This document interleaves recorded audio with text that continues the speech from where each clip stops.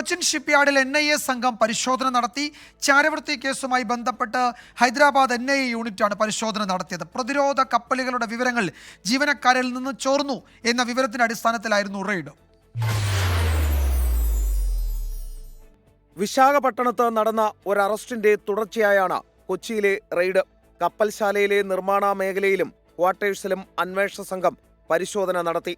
പ്രതിരോധ കപ്പലുകളുടെ വിവരങ്ങൾ ജീവനക്കാരിൽ നിന്നും ചോർന്നെന്ന വിവരത്തിന്റെ അടിസ്ഥാനത്തിലാണ് നടപടി.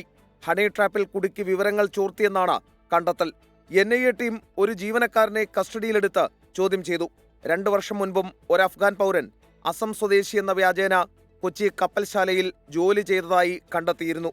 രാജ്യസുരക്ഷയുമായി ബന്ധപ്പെട്ട കേസ് പിന്നീട് NIA ഏറ്റെടുത്തു. കപ്പൽശാലയിൽ നിന്നും INS വിക്രാന്തിലെ ഹാർഡ് ഡിസ്ക് മോഷണം പോയതും വലിയ സുരക്ഷാ ഭീഷണി ഉയർത്തിയിരുന്നു. എസ് ശ്രീകാന്ത്, 24, കൊച്ചി.